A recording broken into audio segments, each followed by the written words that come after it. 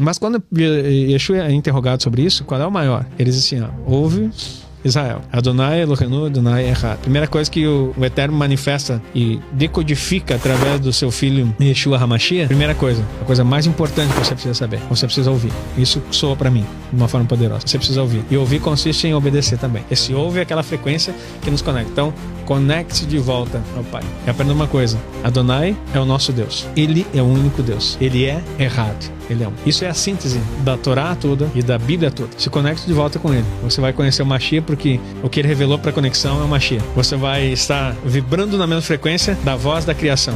Ouvir, escutar, que é o interiorizar e praticar. E resumindo numa palavra que exprime tudo isso e ainda mais entrar na própria frequência da criação, Shema. Que você possa nesse mês entender Shema Israel, Adonai Eloheinu, Adonai Echad. E assim nós vamos viver intensamente o propósito do Eterno na Terra.